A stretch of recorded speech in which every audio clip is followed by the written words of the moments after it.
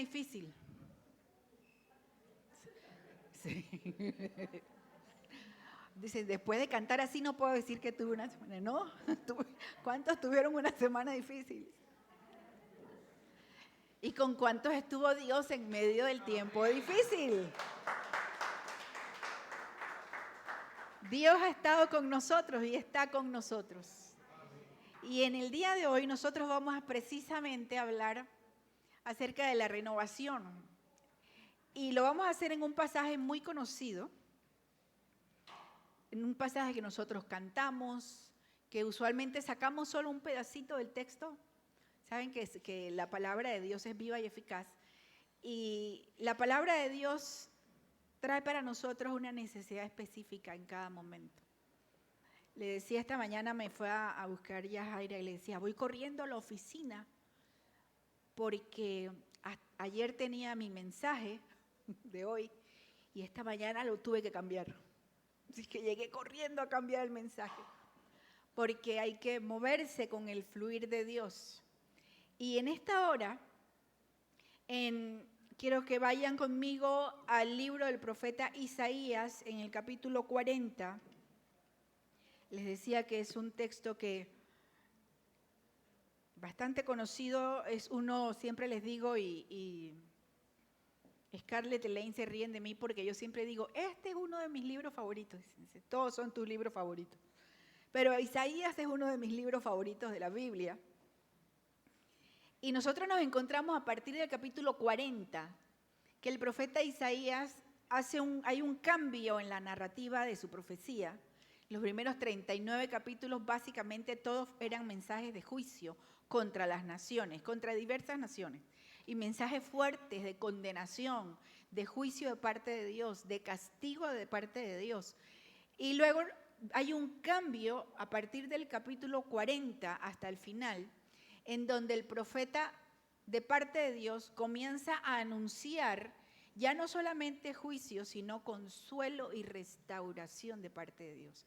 Tanto es así que el capítulo 40 comienza con una exclamación que dice, consolad, consolad, consuelen, consuelen a mi pueblo, dice el Señor. A partir de ahí viene una confirmación de la obra de Dios, del amor de Dios, de la restauración divina, y viene una confirmación de que la palabra de Dios permanece para siempre. Yo no sé a cuántos le da seguridad el saber que la palabra de Dios permanece para siempre. Dice el verso 8, uno de los textos más conocidos, sécase la hierba, marchítase la flor, mas la palabra de nuestro Dios permanece para siempre. No importa los cambios que haya, la palabra de Dios permanece para siempre. Las temporadas, las estaciones, los cambios que nosotros vemos de manera macro y de manera micro, todo hay cambio por todas partes, pero la palabra de Dios permanece para siempre. No hay cambio, dice Santiago, no hay sombra de variación, de mudanza en Dios. Él es el mismo, dice Hebreos, el mismo ayer, hoy y por todos los siglos. Entonces el profeta Isaías, a partir de este capítulo 40, comienza a declarar mucho de lo que hoy cantábamos, hablando de la grandeza de Dios. Y a partir del verso 12, por ejemplo, él comienza a explayarse hablando de la grandeza de Dios. Y él dice, ¿quién midió las aguas? Y comienza a explicar el poder creativo, el poder creador de Dios. Y comienza a explicar y a decir, ¿y quién conoce el Espíritu de Dios? ¿Quién puede entender la grandeza del pensamiento de Dios? Él comienza a explicar todo lo que implica la grandeza de Dios en pocos versos, hasta llegar al verso 27, que es donde termina el capítulo. Y yo sé que yo puedo con esto. Esto los hermanos de digital me lo dan como para forjar mi carácter. En el capítulo 40, de los versos 27 al 31, recordemos que se conecta con lo anterior, con lo que viene diciendo el profeta. El profeta comienza hablando como una exclamación acerca de la grandeza de Dios, de la firmeza de la palabra de Dios, del poder de la palabra de Dios. Y luego que da toda esta explicación, él llega a una pregunta que hace el pueblo. El verso 27 dice, ¿por qué dices Jacob y afirmas Israel? Escondido está mi camino del Señor y mi derecho pasa inadvertido a mi Dios. ¿Cuántas veces encontramos esas palabras dentro de nosotros? El salmista en el Salmo 42 y 43 lo presenta con una pregunta también. ¿Dónde está mi Dios? ¿Dónde está tu Dios? Me dice la gente. El Dios le está diciendo al pueblo, ¿por qué tú te preguntas, por qué dices y afirmas, escondido está mi camino del Señor y mi derecho pasa inadvertido a mi Dios? ¿Acaso no lo sabes? ¿Es que no lo has oído? El Dios eterno, el Señor, creador de los confines de la tierra, no se fatiga ni se cansa. Su entendimiento es inescrutable. Él da fuerzas al fatigado y al que no tiene fuerzas aumenta el vigor. Aún los mancebos, quiero decir hombres jóvenes, se fatigan y se cansan, y los jóvenes tropiezan y vacilan. Pero los que esperan en el Señor renovarán sus fuerzas, se remontarán con alas como las águilas, correrán y no se cansarán, caminarán y no se fatigarán. Y les decía, este es uno de los textos que nosotros más leemos, más cantamos y más nos gusta afirmar y decir, los que esperan en el Señor tendrán nuevas fuerzas, volarán como las águilas, correrán, no se cansarán, porque se necesita, nosotros los seres humanos necesitamos constantemente algún tipo de confirmación o de afirmación o de empuje. De hecho, la palabra motivación, que es una de las palabras que más se utilizan en todos los ámbitos, motivación, moverse, motor, significa o quiere decir ese motor que nos impulsa a movernos. Todos tenemos una motivación. Cuando queremos lograr algo, ese deseo, esa necesidad nos motiva nos mueve a tratar de conseguirlo. Y cuando estamos cansados, cuando estamos desanimados, cuando estamos tristes, cuando estamos abrumados, nunca está de más una voz que nos motive. Alguien que nos diga tú puedes, sigue adelante. De ahí el éxito de todo este sistema de coaching y de motivación que se da en el mundo. Es uno de los movimientos que la gente más aplaude, cualquier tipo de palabra bonita que le afirme o que le haga sentir mejor y que me diga, sí, yo puedo. Párate frente al espejo 5 minutos y di, tú puedes, tú puedes, tú puedes. Y hay personas que hacen esto todas las mañanas y dicen que se sienten mejor. Y uno dice, wow, el poder del espejo es grandioso. Porque es la necesidad. Ahora, yo quiero quedarme con el verbo renovarán.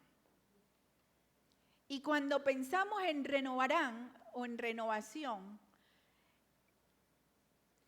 nosotros vamos a ir viendo cómo comienza con una pregunta del pueblo. Verso 27 decíamos, ¿por qué dices, mi camino está escondido de mi Dios? Y el Señor como que ignora mi derecho. Esta es una pregunta que se hace el pueblo y es interesante porque en el contexto histórico el pueblo de Israel tenía muchos problemas, tenía muchos enemigos. Y también en el contexto histórico, ese pueblo de Israel que tenía muchos problemas, muchos enemigos, había caído en grandes pecados delante de Dios y se había alejado de Dios y vivía en una constante como voy y vengo, busco a Dios, no busco a Dios, amo a Dios, no amo a Dios. Y el pueblo cuando estaba en medio del conflicto, en medio de la situación difícil, comenzaba a hacerse este tipo de preguntas. Bueno, ¿y por qué Dios no me hace caso? ¿Y por qué Dios se ha olvidado de mí? Una de las maneras de uno llegar a este punto de preguntarse dónde está Dios, por qué Dios se ha olvidado de mí, es cuando uno ha comenzado a olvidar lo que Dios ya ha hecho por uno. Uno de los grandes problemas que nosotros tenemos con Dios es nuestra memoria a corto plazo. No, a nosotros se nos olvida. A este pueblo Dios lo había sacado, lo había formado, lo había sacado de la esclavitud, lo había llevado por el desierto, lo había convertido en una nación, le había entregado una tierra que era maravillosa, inclusive que ya estaba trabajada, para que ellos ni siquiera les costara tanto el hacer producir la tierra. Dios había hecho todo eso por ellos, les había enseñado la ley, les había dado libertadores, le había permitido tener reyes que supuestamente debían ser reyes conforme al corazón de Dios, y solamente de uno de ellos se dice eso, del rey David. Era un pueblo que había experimentado, que conocía de la historia, de su historia. Sabía que Dios había hecho brotar agua de la roca. Sabía que Dios había hecho descender pan del cielo. Sabía que Dios había sacado a sus antepasados de la esclavitud por medio de grandes prodigios y milagros. Pero ya ellos, cuando tenían un problema, olvidaban todo lo que ya había hecho Dios. Yo creo que nosotros nos podemos identificar con ese pueblo. ¿Cuántas veces nosotros estamos en medio de una situación difícil? Y la situación difícil, ya sea que sea o muy difícil o que dure mucho tiempo, nos hace preguntarnos, bueno, ¿y dónde está Dios? Porque parte del pueblo probablemente había entendido mal el hecho de que Dios los había escogido y Dios los había sacado del desierto. Tal vez ellos interpretaban eso con que de aquí en adelante a nosotros todo nos va a ir bien, no vamos a tener problemas, nada, no vamos a tener dificultades, no va a haber obstáculos, y cuando haya algún tipo de problemita, siempre Dios va a salir a pelear por nosotros. Ellos habían visto cómo Dios había peleado por ellos en grandes batallas en las cuales ellos no habían tenido que intervenir prácticamente. Hay momentos donde los reyes como Josafat, que Dios les dice quédense quietos y pónganse a cantar, porque la batalla es del Señor. Esta batalla no es de ustedes, la batalla es del Señor. Nosotros encontramos el concepto en el Nuevo Testamento. Pablo dice en la carta a los Romanos en el capítulo 8, y si Dios es por nosotros, ¿quién contra nosotros? Nada nos podrá a nosotros hacer perder, ser separados del amor de Dios que es en Cristo Jesús. Pero nosotros necesitamos estar recordando para no llegar a esta pregunta de decir, bueno, ¿y dónde está Dios?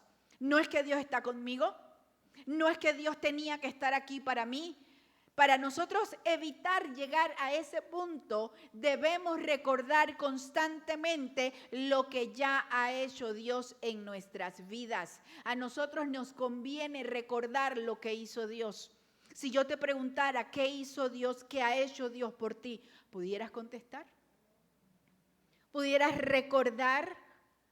Y uno comienza a recordar dónde estaba yo, de dónde me sacó el Señor, qué hizo Dios conmigo, cuántas veces Dios ha provisto para mi necesidad, cuántas veces Dios me ha sanado, cuántas veces Dios me ha librado de, cuántas veces en medio de la soledad y en medio de la tristeza Dios ha estado conmigo. Yo les he contado en algunas ocasiones o a mucha gente, ya ni sé por qué hablo tanto, Señor, ayúdame.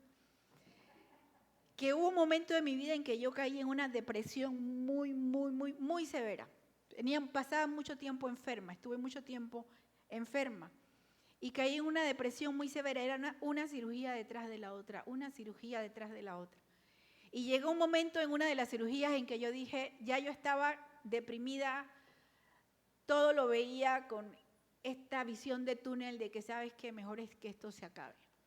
Y mi gran alegría en un momento en una de las cirugías, que esto ya lo he contado, me llevaban en camilla allá al salón de operaciones y me ponen en un pedacito con todo de camilla y me dicen, ay, disculpe, me dice la enfermera o alguien, es que estamos terminando de acondicionar el salón porque la cirugía anterior como que demoró un poquito más de lo esperado. ¿Yo? Ya cuando tú estás ahí, estás en el hospital, estás en la camilla, ¿qué vas a decir? No vas a decir que bueno, que mis derechos, ¿qué dice aquí la Constitución? No, ahí estoy, ¿qué vas a hacer? Y cuando estaba en ese momento, literalmente, yo les puedo decir literalmente, se posó sobre mí una nube negra. Así, pero totalmente negra. Y yo dije, esto es la muerte. Cuando dice el salmista, sombra de la muerte. Y fíjense que mi reacción, uno debe decir, bueno, me imagino que la pastora se puso a orar y a reprender y a decir, esto se va, fuera. No, ustedes saben yo qué pensé, al fin. La depresión es una cosa terrible. Y cuando yo estaba en ese momento en que yo decía, se va al fin, escuché una voz muy profunda. No había nadie, estaba yo sola, que comenzó a recitar el Salmo 23. El Señor es mi pastor, nada me faltará. Y cuando llegó a la parte que dice, aunque ande en el valle de la sombra de muerte, no temeré mal alguno, la sombra se disipó. Y cada vez que mi ánimo me lleva a querer estar en una posición de decir, que se acabe esto, qué vida, qué dificultad, cuántas cosas, cuántos problemas.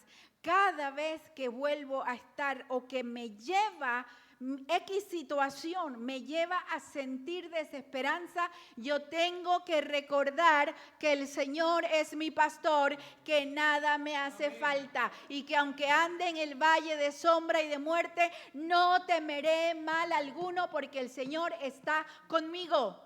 Hay que recordar lo que ha hecho Dios con nosotros. Recuérdalo por ti, por tu alma. El salmista le dice a su alma, alma mía, bendice al Señor y no te olvides de ninguno de sus beneficios. Nosotros somos como el pueblo de Israel, olvidamos los beneficios del Señor y cuando estamos en una nueva crisis se nos olvida que Dios sigue siendo Dios, que Él tiene control, que Él es el creador, que no hay nadie como mi Dios. Lo olvidamos y comenzamos una vez más a decir, y entonces, ¿dónde es que está Dios? Cuando tu alma, cuando tu mente comience a querer llevarte al lugar en donde tus emociones te dicen, estoy solo, estoy sola, Dios no está conmigo, recuerda de dónde te sacó el Señor. Recuerda lo que ha hecho Dios contigo y levanta tu voz y dile, sí Señor, gracias porque tú eres mi Dios.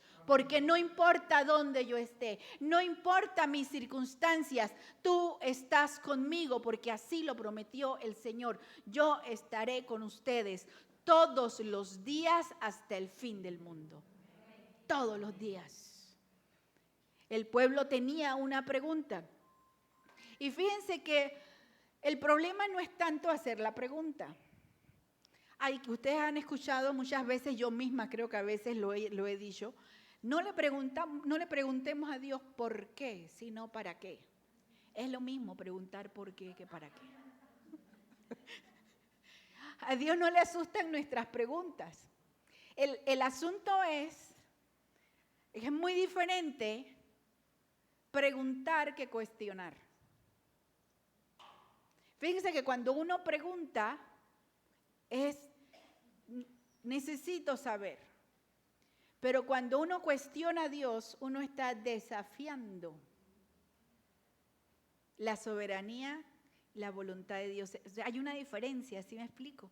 Entonces, no es que el pueblo, que Dios se enojara porque el pueblo preguntaba, sino que Dios responde al pueblo porque el pueblo tiene esta tendencia a cada vez que está en problema olvidar lo que ha hecho Dios. El primer impulso no es decir, como Pablo dice más adelante en una de sus cartas, den gracias a Dios en todo. Nosotros lo último que damos es gracias.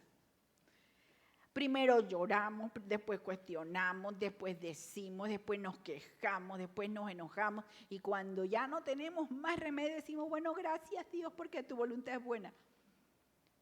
Cuando debemos aprender a dar gracias y a estar conscientes del amor de Dios y de la grandeza y de la provisión de Dios. Ahora, el pueblo tenía una pregunta y el pueblo hace una pregunta y Dios le contesta al pueblo. En el verso 28 nosotros leemos, no has sabido, no has oído que el Dios eterno. Fíjense que cuando Él contesta también con una forma de pregunta. ¿Sí? ¿Acaso tú no sabes? Quiere decir que era algo que el pueblo debía saber.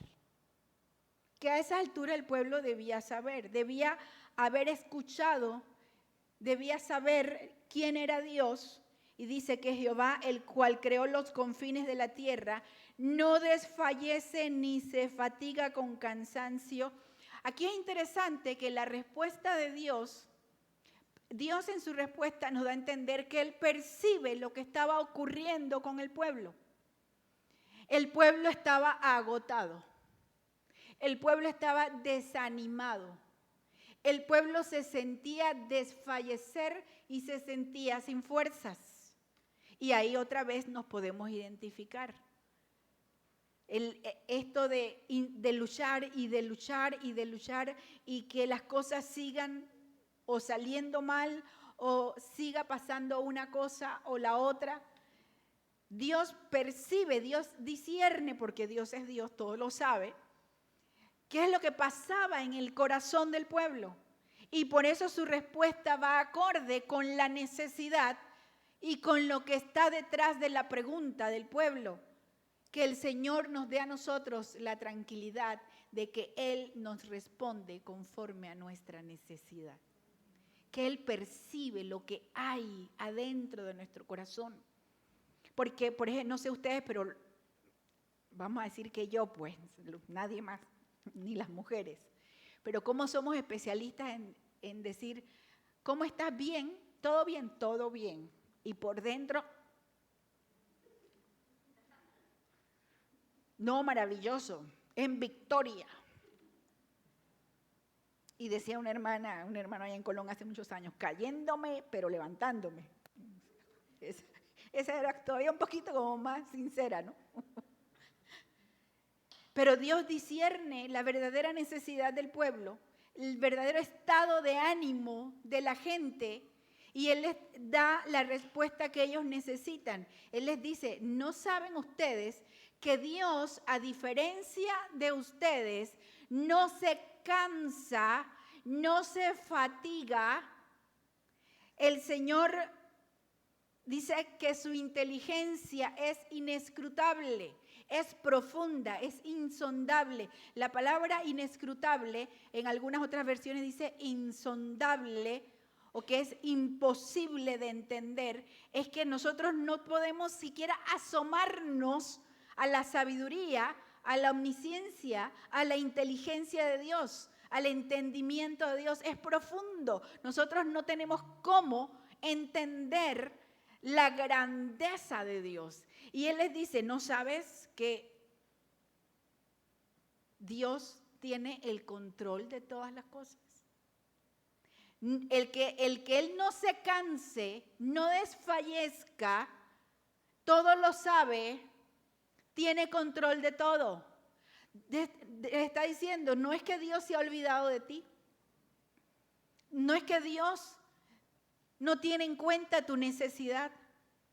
No es que Dios está tan ocupado atendiendo los problemas que hay aquí, que hay allá, que a ti te mira y dice, Yarabi puede esperar. Y no te mira. Esa no es la condición de Dios, porque parte del problema nuestro es que tenemos la tendencia de asimilar a Dios con los seres humanos. Y nosotros pensamos que Dios es como los hombres. Y pensamos que como los hombres fallan, probablemente Dios también. Porque nosotros a veces hemos invertido el orden del Génesis que dice que Dios creó al hombre a su imagen y semejanza, varón y hembra los creó. Y nosotros a veces en nuestro diario vivir parece que dijéramos, y el hombre creó a Dios a su imagen y semejanza. Y por eso nosotros perdemos la confianza en Dios, pensamos que Él no alcanza a entendernos, a mirarnos, a comprendernos, o que no le importa porque o está muy alto o es Dios, entonces nosotros no importamos. La respuesta de Dios incluye dos conceptos importantes en el carácter de Dios. Por un lado, su soberanía. Dios es soberano. Y este es un concepto que nosotros no podemos cambiar, rebatir, ni tampoco podemos vivir, tratar de explicarlo. ¿Cuánta lucha? La lucha del ser humano desde el principio es ir en contra de la soberanía de Dios. La palabra soberanía quiere decir gobierno. Dios gobierna sobre todo. Él es el Rey de Reyes. Él es el que tiene control, el que gobierna, el que es soberano, el que dice y se hace, el que decreta y se tiene que hacer, el que no admite rechazo o respuesta en contra de su voluntad y su decisión. Dios es soberano. Y nosotros que somos sus hijos debemos decir, Señor, yo te alabo porque tú eres soberano. Yo reconozco tu soberanía, pero además de eso, en la respuesta de Dios hay otra característica de Dios. Por un lado está la soberanía de Dios y por otro lado está la providencia de Dios. La providencia de Dios quiere decir que Dios en su soberanía permite circunstancias o situaciones en nuestra vida. Él las permite en su soberanía. Él tiene control de todo. Él es soberano. Él las permite. En su providencia, Él permite que cuando esas cosas nos acontecen, Él utiliza esas cosas para nuestro bien. Romanos 8:28. A los que aman a Dios, todas las cosas cooperan para bien. Esa es la providencia de Dios. Porque uno no pudiera entender.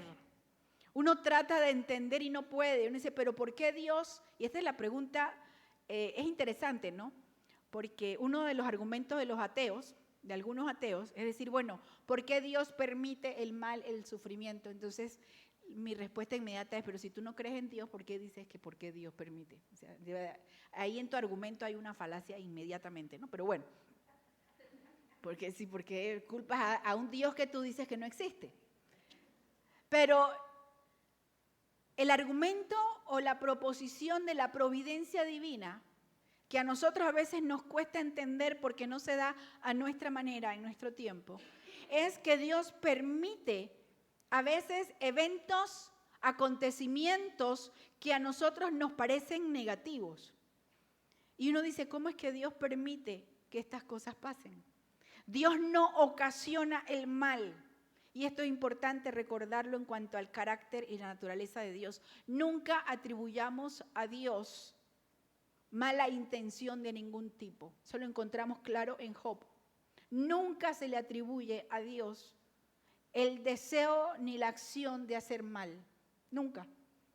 Sin embargo, nosotros encontramos en toda la Escritura cómo Dios pasaban acontecimientos, Dios permitía en su soberanía que el ser humano tomara decisiones. A José sus hermanos lo vendieron. ¿Qué puede ser peor que eso? Que lo metan preso injustamente. ¿Qué puede ser peor que eso? Que lo olviden después de estar en prisión. Y uno sigue pensando en cómo José pudo pasar tantas cosas hasta que uno entiende que el mismo José entendió y dijo, no estén preocupados o no estén tristes, porque Dios ha permitido esto para salvar a muchos. Porque después de muchos años, él entendió que todo esto era la providencia de Dios. ¿Saben cuál es nuestro problema? Que nosotros a veces queremos que Dios nos explique ya, ahorita, lo que está pasando, por qué está pasando, cómo lo va a solucionar, cuándo lo va a solucionar, dónde va a estar la respuesta, y el tiempo pasa y parece que Dios está en silencio. Y es cuando vienen las preguntas, y es cuando viene la respuesta de Dios. Y cuando pasa el tiempo, uno mira y uno dice, wow, de verdad que Dios usó esto para bien. Y tú vas a poder mirar para atrás y vas a decir, ¿cómo Dios permitió que estas cosas, aun cuando yo las hice y yo me equivoqué y salieron mal, cómo Dios permitió y utilizó esto para mi bien? Y sabes que cuando Dios permite algo en tu vida para tu bien, al mismo tiempo lo usa para bendecir a otros y te convierte en fuente de bendición.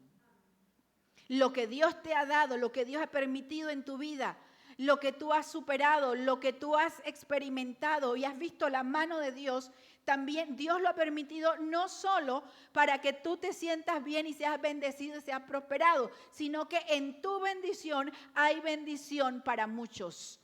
En la respuesta de Dios para tu vida hay respuesta de Dios para muchos, porque muchos llegarán a conocer a Dios por medio de tu experiencia, por medio de tu situación, por medio de lo que tú has vivido.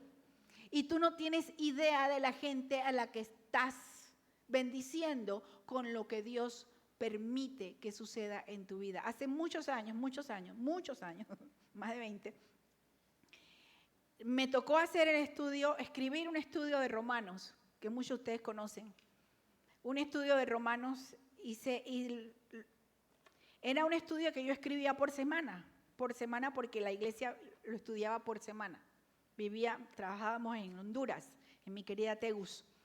Y ese trabajo que se utilizó en la iglesia, que era una iglesia, sigue siendo una iglesia grande, y se utilizó por hojitas, después de muchos años, como 15 años después, no sé cuánto tiempo, como 15 años después, el Señor utiliza al pastor Hugo para que ese material sea editado y se convierta en libro.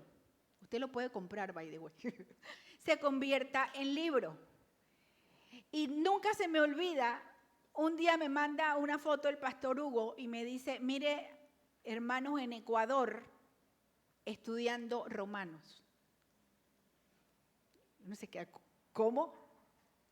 Hermanos en tal lugar, hermanos en tal lugar, hermanos en tal lugar, estudiando con el libro de Romanos, que tiene más de 20 años, que me senté a hacerlo por semana, por la necesidad que había de servir a Dios y de estudiar en la iglesia. Y uno dice, de repente yo decía con eso, ay, ¿cómo estará ese material? ¿Cómo estará esa clase? ¿Cómo me cuesta hacer esta clase?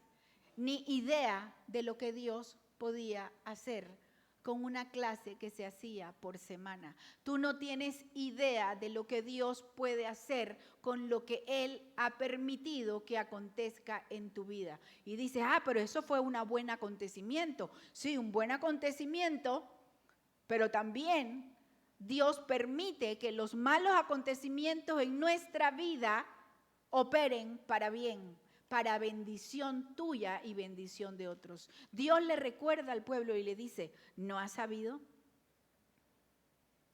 Cuando tengamos el impulso de quejarnos delante de Dios, de sentirnos víctimas, porque somos buenos para eso. Es que solo a mí me pasa. Es que hasta cuándo me va a pasar. Es que cuándo, es que a mí me pasó, es que a mí me hicieron, es que uno se queda así como...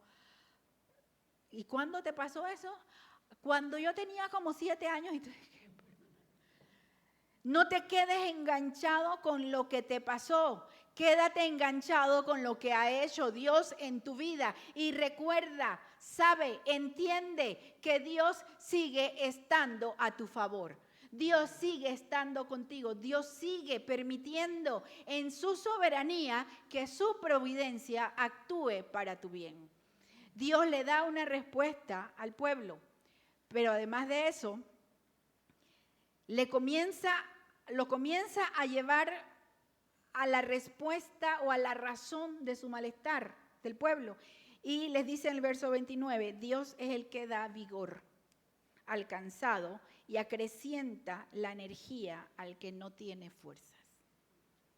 Comienza a decirle, tú necesitas renovación. Tú necesitas renovar tus fuerzas. La palabra renovación desde el punto de vista bíblico tiene que ver con la restauración espiritual. Renovar quiere decir hacer algo nuevo. Quiere decir reparar, restaurar. Y desde el punto de vista bíblico tiene que ver con lo espiritual y luego con lo emocional, con lo físico. Nosotros alteramos el orden. Nosotros pensamos, bueno, que el Señor restaure mi salud física y yo voy a estar bien. Y de repente, wow, el Señor restaura nuestra salud física y seguimos mal. Pues dice, no, es que lo que yo necesito es una renovación en mis emociones. Porque mis emociones vienen fracturadas.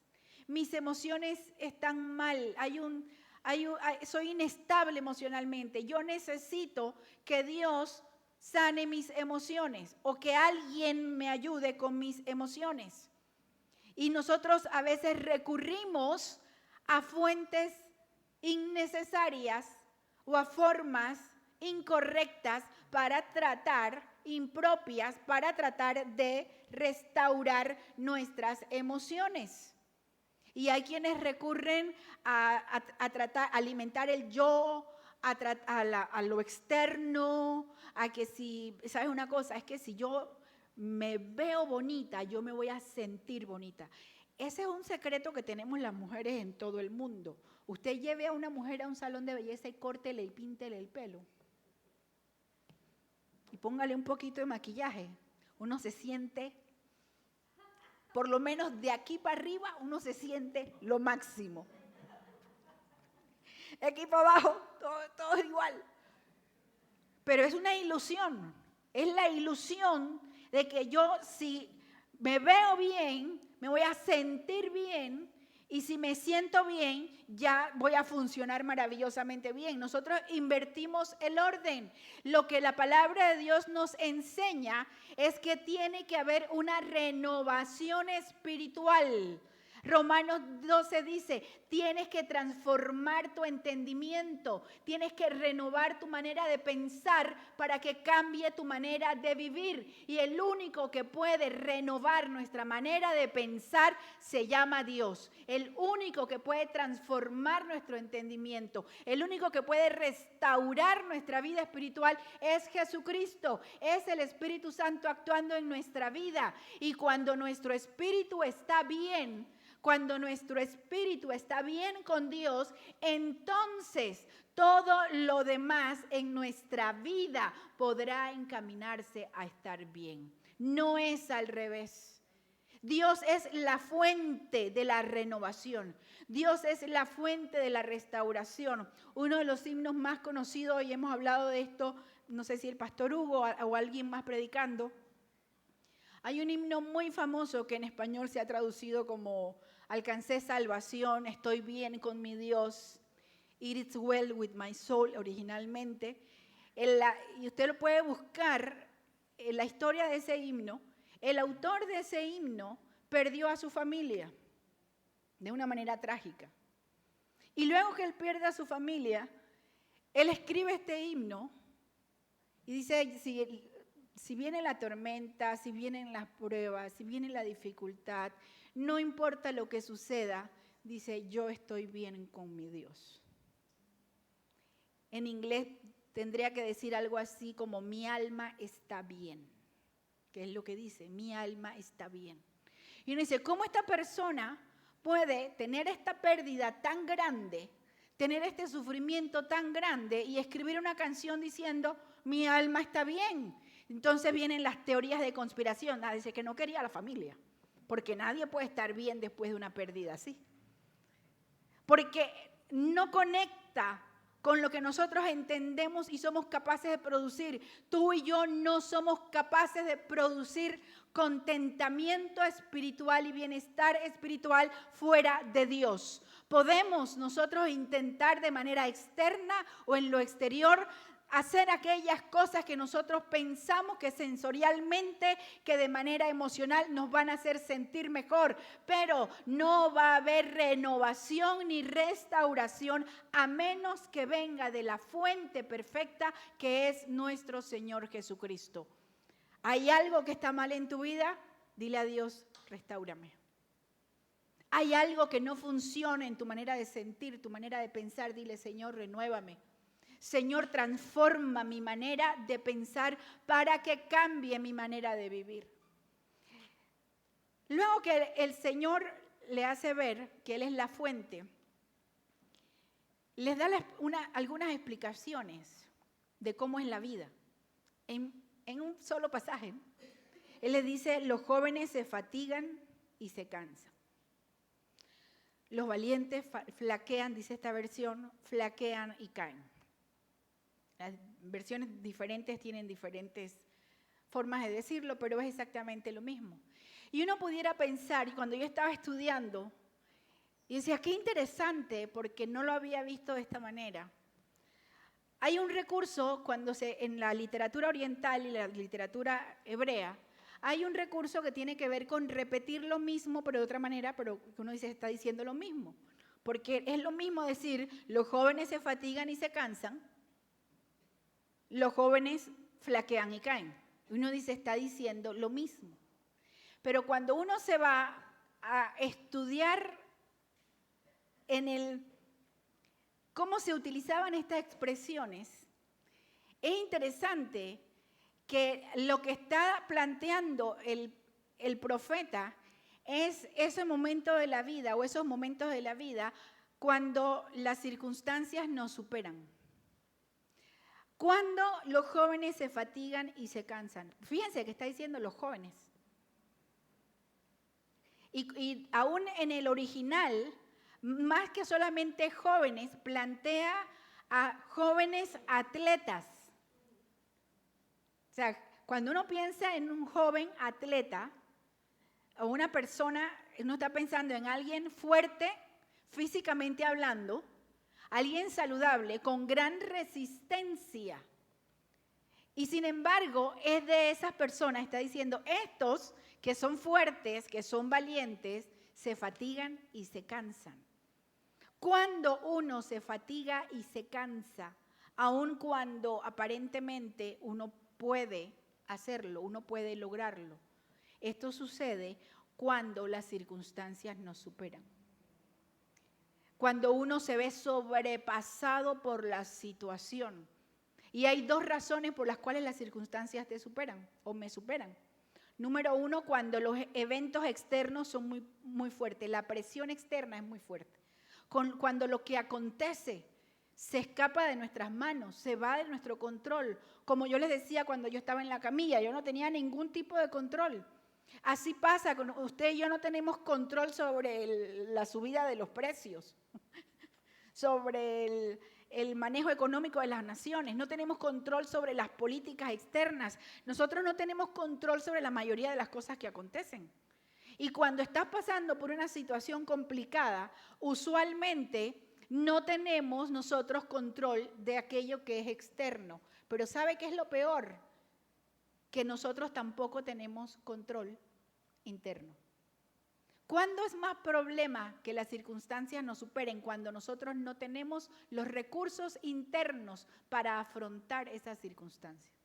Cuando dentro de nosotros se nos acaban la fuerza, se nos acaba la retórica, se nos acaba la manera de pensar, se nos acaban los argumentos, se nos agotan las emociones. Y el profeta le está diciendo, los jóvenes, aún esos que son valientes y fuertes, llegan a un momento, a un punto en que están cansados, agotados, flaquean, no pueden más, sienten que desfallecen. Esto es cuando las circunstancias a nuestro alrededor nos superan. Cuando las crisis que nos tocan vivir son más fuertes que nosotros. Porque problemas tenemos todos. Tú y yo tenemos problemas. Pero por definición un problema es una situación que yo puedo resolver. Que yo tengo los recursos y la manera de afrontarlo y de resolverlo. Eso es un problema. Lo enfrenté, lo resolví. Algunos duran más tiempo, otros duran menos tiempo.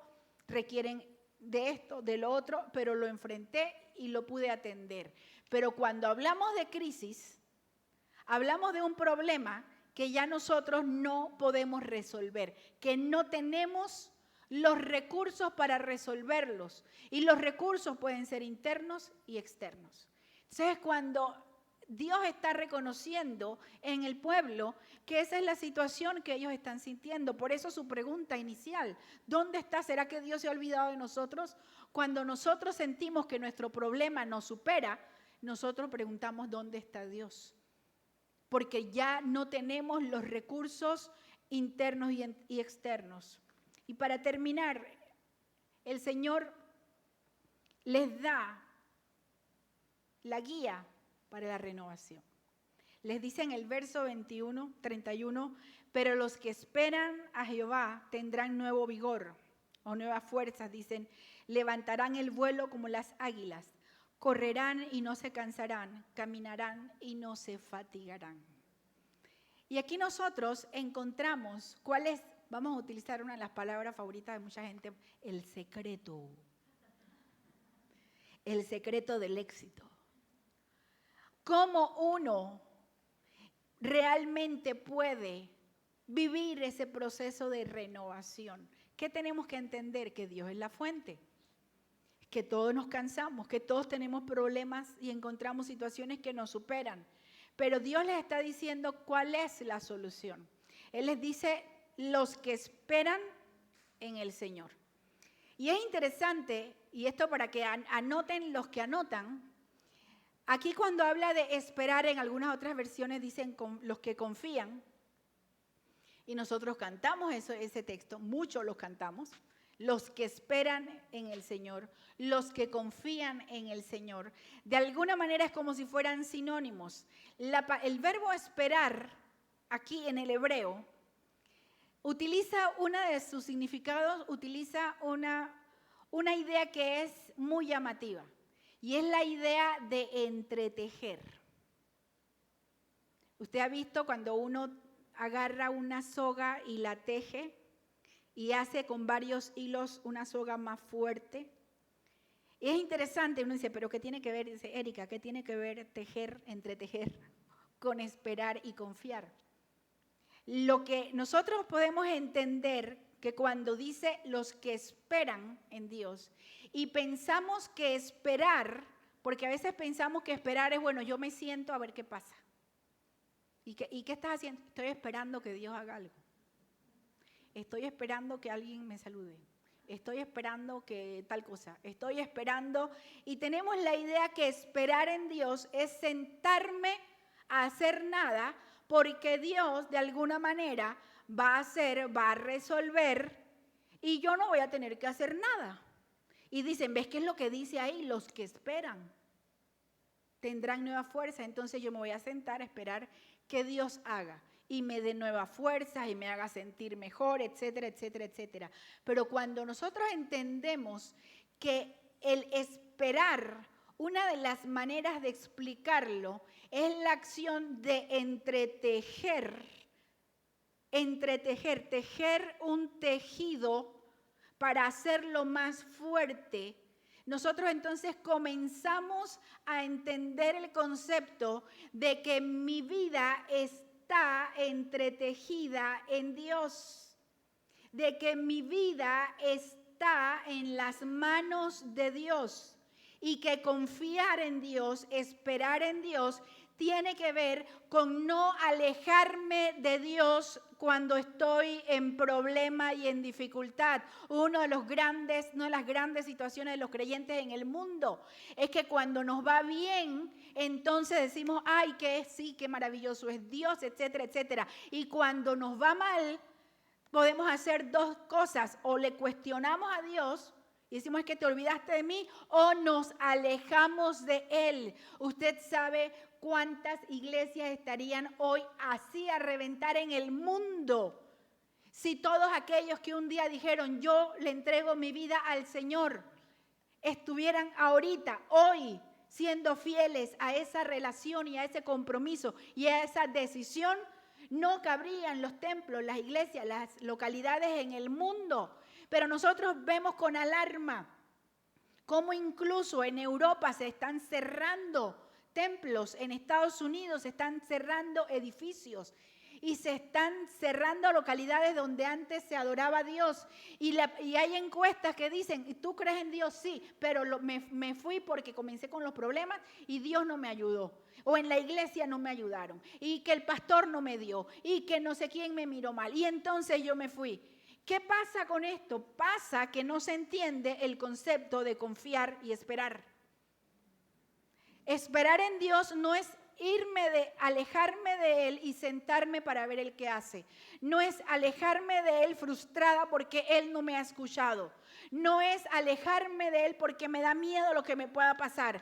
Esperar en Dios es meterme con Él, acercarme a Dios, entretejer mi vida y mi esperanza y mi experiencia y mi relación y decirle, Señor, no importa lo que pase, aquí estoy. Aunque tú me matares, le dijo Job, en ti esperaré, porque yo sé que tú me puedes levantar hasta del polvo, porque yo sé que tú estás conmigo como un gigante poderoso y todo aquel que me persigue tropezará, porque yo sé que ni la vida ni la muerte me podrán separar de ti, porque yo sé que sea que vivamos o que muramos, somos del Señor. Mi vida está entretejida en Dios. Esperar en Dios es eso. Es reconocerle, es decirle, aquí estoy. Yo te creo, Dios. Todavía no lo veo, pero yo te creo. Todavía tengo dolor, pero aquí estoy, Señor. Aquí estoy, porque tú estás conmigo. No soy perfecta, Señor, pero tú estás trabajando en mi vida. No sé por qué me está pasando esto, pero yo confío en ti. Aquí estoy, Señor. Estoy entretejiendo mi vida en Dios. Y lejos de alejarme de Él, es cuando más trato de conocerle. Es cuando más busco en su palabra. Es cuando más le digo, Señor, me rindo porque yo sin ti no puedo. Y Él dice, el profeta, pero los que esperan, los que confían, los que son perseverantes, los que entretejen su vida en Dios, dice, esos tendrán nuevo vigor. Esos tendrán nuevas fuerzas. Esos serán renovados. Dice, levantarán el vuelo como las águilas. Es una figura que utiliza el profeta, que el pueblo podía entender. Que nosotros lo vemos como poesía hermosa porque es poesía, pero al pueblo le decía algo.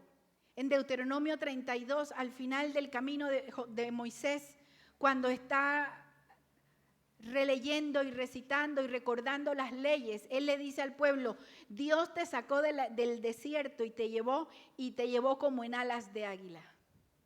Y te sacó de la esclavitud, una figura que ellos entendían.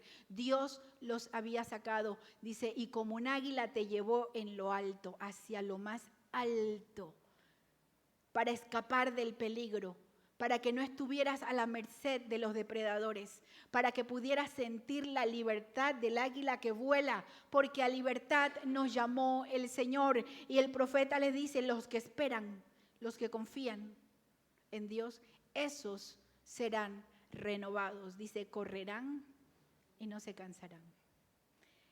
Caminarán y no se fatigarán. ¿Cuál es tu situación? ¿Cuál es mi situación? Yo no sé. Algunos pueden estar sobrepasados por las circunstancias. X circunstancias.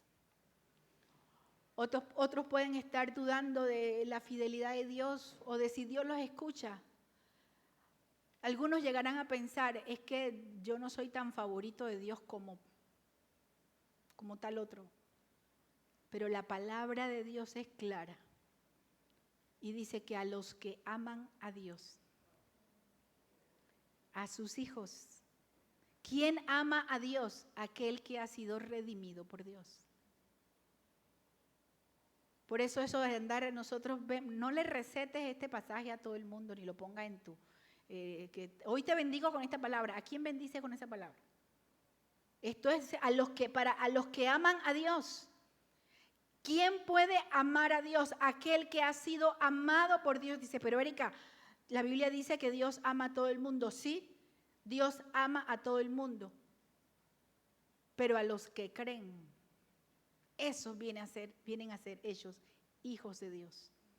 Y esos son aquellos que Jesús dijo, el que me ama, mi palabra guardará. El que me ama. Porque no se trata de tener una información acerca de Dios. Se trata de tener una relación personal con Él.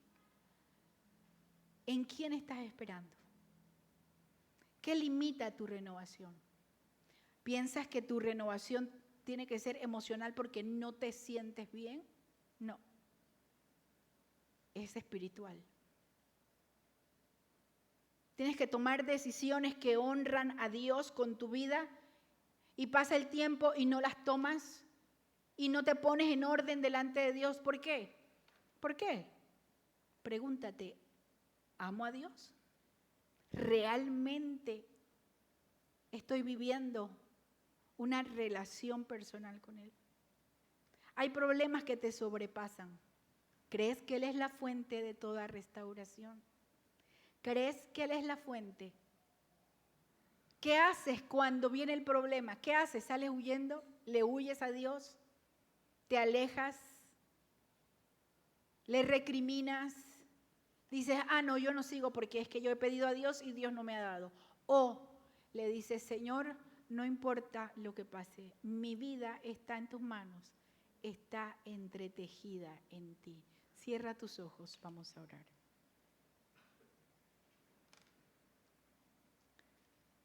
Señor, te agradecemos por la provisión de tu palabra. Hemos orado, Señor, por sanidad física, por los problemas del trabajo, legales, migratorios, por las situaciones de familia. Pero ahora queremos, Señor, orar por esta gran necesidad que tenemos de ser renovados espiritualmente. Yo te invito a que allí le digas al Señor tus palabras, que puedas decirle, Señor, te presento mi situación. Ayúdame a esperar. Ayúdame a aprender a entretejer mi vida en ti. A reconocer que tú eres la fuente de mi fuerza. Que tú eres el que puedes dar vigor. Que tú eres el que puedes cambiar las circunstancias y aún utilizar las circunstancias para bien. Te invito a ponerte de pie y a decirle al Señor, Señor, es tiempo de seguir caminando contigo, de seguir confiando en ti. Yo quiero preguntar, ¿habrá alguna persona en este momento que necesita ponerse a cuentas con Dios? Que necesita decirle, Señor, no he estado confiando, no he estado esperando, mi actitud contigo no ha sido la correcta.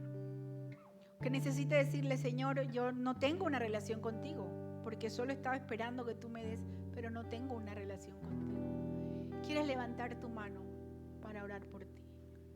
Y que tú le puedas decir, Señor, yo necesito, allá Dios te bendiga, yo necesito ponerme y tener contigo esta relación que por alguna razón no ha estado funcionando porque ahora entiendo que yo no he puesto mi confianza en ti. Si necesitas cambiar tu actitud, levanta tu mano. Si necesitas sabiduría de parte de Dios, levanta tu mano. Si necesitas aprender a confiar cada día en las circunstancias, levanta tu mano. Si necesitas que el Señor te dirija y que te muestre ese camino a la restauración, levanta tu mano. Levantar la mano no es una acción mágica. Levantar la mano es una señal de rendición. Es una señal de decirle: Señor, yo necesito eso que tú sabes. Dios sabía lo que el pueblo necesitaba. Dios sabe lo que tú y yo necesitamos. Señor, hoy levantamos nuestras manos en señal de rendición para decirte: Dios, necesitamos ser renovados. Necesitamos que tú transformes nuestra manera de pensar para que cambie nuestra manera de vivir. Señor, perdónanos porque a veces nuestra actitud ha sido de cuestionamiento sin fe, de desánimo sin fe. No hemos recordado lo que tú has hecho en nuestra vida y no te damos gloria por lo que tú has hecho, sino que nos desanimamos, desfallecemos. Ayúdanos a confiar en medio de nuestra imperfección, en medio de nuestra debilidad. Ayúdanos a esperar en ti, a confiar en ti, a no ser pasivos en nuestra situación contigo, sino a creer en ti, a creer que buscándote, que buscando tu rostro, esta espera activa de la que habla tu palabra sea parte de mi vida. Señor, aleja de nuestras mentes toda pesadez mental, espiritual, emocional. Aleja de nuestro espíritu toda sombra que no viene de ti y enséñanos a caminar contigo en los nuevos proyectos de vida, en las familias, en las decisiones que tenemos que tomar, en las carencias que tenemos, en todo, Señor, lo que acontece en nuestra vida, que aunque nosotros perdamos el control o entendemos que no tenemos el control, recordemos que tú tienes control de todas las cosas. Así oramos en el nombre de Jesús.